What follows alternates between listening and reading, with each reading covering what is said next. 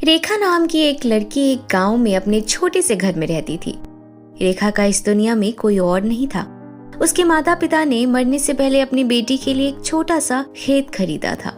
रेखा अपने खेत में काम करती थी और फिर जो समय बच जाया करता था उसमें वो एक फैक्ट्री में पार्ट टाइम का काम भी कर लेती थी। इसी तरह रेखा अपना गुजारा करती थी। तभी एक दिन अचानक गांव में बहुत तेज बाढ़ आ जाती है और बाढ़ के पानी में रेखा का घर भी बह जाता है और उसके खेत में भी पानी भर जाता है। ये सब क्या हो गया? अब मैं कहाँ जाऊंगी? मेरा तो कोई रिश्तेदार भी नहीं है जो मेरी मदद कर दे। रेखा के सारे खेत में पानी भरा होता है पर उसमें आम का एक पेड़ होता है जिसे कुछ नहीं होता है। रेखा की नजर उस आम के पेड़ पर पड़ जाती है। अरे, इस पेड़ को तो कुछ भी नहीं हुआ और इस पर तो बहुत सारे आम लटके हुए हैं। मैं इन आमों को ले जाकर शहर में बेचूंगी और जो पैसे मिलेंगे उससे मैं अपने रहने के लिए घर बनाऊंगी। रेखा आम के पेड़ से बहुत सारे आम तोड़ लेती है और शहर जाकर आम बेचने लगती है। धीरे धीरे उसके सारे आम बिक जाते हैं और आमदनी अच्छी होने लगती है। तभी एक दिन छोटी बच्ची रेखा के पास आकर कहती है, दीदी दीदी, क्या आप मुझे खाने के लिए एक आम दोगी? मुझे बहुत भूख लगी है। रेखा उस छोटी बच्ची को खाने के लिए आम दे देती है और वो खुशी खुशी उस आम को खा लेती है और फिर वहां से चली जाती है।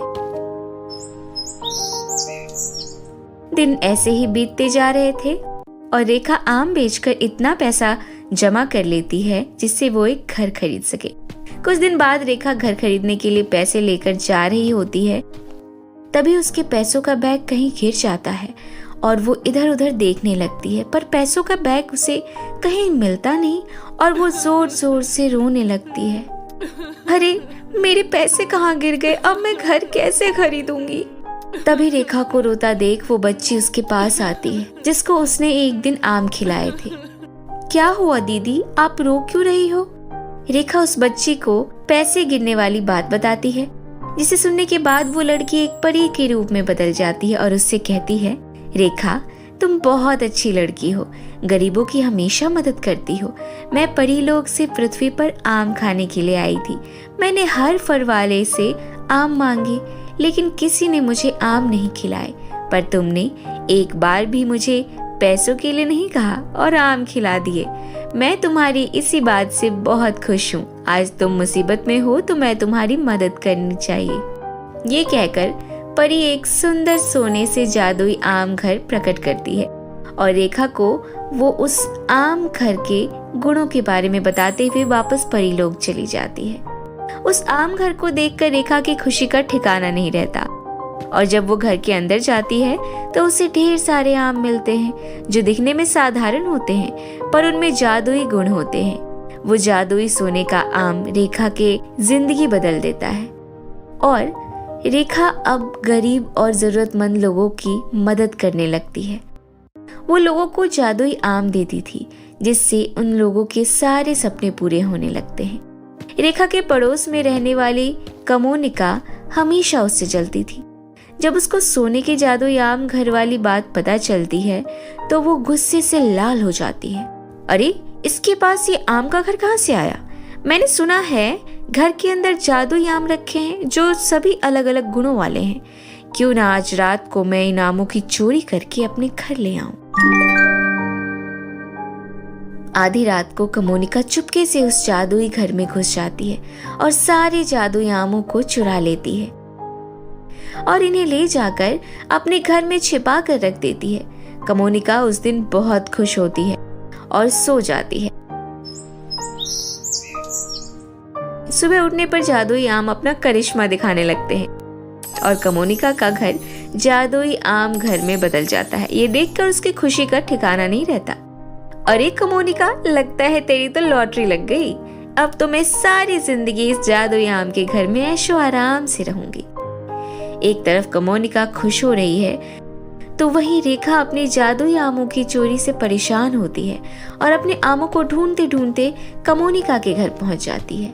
कमोनिका, मेरे जादुई आम मुझे वापस कर दो, नहीं तो अच्छा नहीं होगा। परी ने ये जादुई आम घर बनाते समय मुझे कुछ बातें बताई थी। जिसके पास ये घर होगा उसे उन बातों का पालन करना होगा, नहीं तो सारे जादुई आमों का जादू खत्म हो जाएगा। अरे चुप कर, लेक्चर तो मैं अपने घर वालों का नहीं सुनती हूँ, फिर तू कौन है? चल निकल मेरे घर से, नहीं तो धक्के मारकर भगा दूंगी। कमोनिका की बात सुनकर रेखा उदास होकर वहां से चली जाती है। तभी थोड़ी देर बाद एक बच्ची उस घर में आकर कमोनिका से मदद मांगती है। दीदी दीदी, 2 दिन बाद मेरे एग्जाम शुरू होने हैं और मेरी फीस अभी तक जमा नहीं हुई है। टीचर ने कहा है कि अगर मैंने फीस नहीं दी तो वो मुझे एग्जाम देने नहीं देंगे। क्या तुम मुझे एक जादुई आम दे सकती हो जिससे मैं अपने स्कूल की फीस भर सकूं? अरे चल, तुझे यहाँ का पता किसने दिया? मेरे पास कोई आम वाम नहीं है, और होते भी तो नहीं देती। यहाँ क्या भंडारा चल रहा है? चल निकल। ये कह के कमोनिका उस बच्ची को धक्का मारकर गिरा देती है। तभी उस घर में रोशनी होती है और वो बच्ची परी रूप में बदल जाती है और कमोनिका से कहती है, नालायक लड़की, ये घर तुझ जैसी घमंडी लड़की के लिए नहीं है। ये घर सिर्फ रेखा जैसी सबकी मदद करने वाली लड़की के ही पास रह सकता है। तू तो मदद करने के बजाय धक्का देकर निकाल रही है। रुक, अभी तुझे सबक सिखाती हूँ। परी के ये कहते ही सोने का जादुई आम घर हवा में उड़ने लगता है और थोड़ी ही देर में वो आसमान में पहुंच जाता है और वहां से कमोनिका को नीचे गिरा देता है। रेखा अपने जादुई आम घर को हवा में उड़ता देख बहुत खुश होती है और फिर वो जादुई आम घर वापस अपनी पुरानी जगह पर पहुंच जाता है। रेखा उस परी का शुक्रिया करती है और परी खुशी खुशी वापस परी लोग चली जाती है और रेखा अपने जादुई आमों के जादू से लोगों की खूब मदद करने लगती है।